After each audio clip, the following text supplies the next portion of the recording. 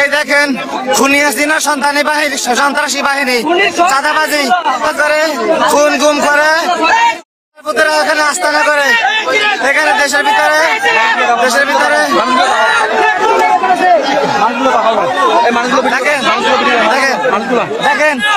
দেখেন আমাদের একজন ব্যবসায়ী ভাইকে তারা নির্মম ভাবে মেরেছে।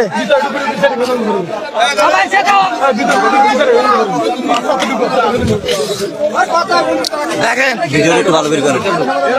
এই দেখেন সন্ত্রাসীদের দেখেন এই যে খুনি হাসিনার সন্ত্রাসী বাহিনী সশস্ত্র বাহিনী দেখেন আপনারা দেখেন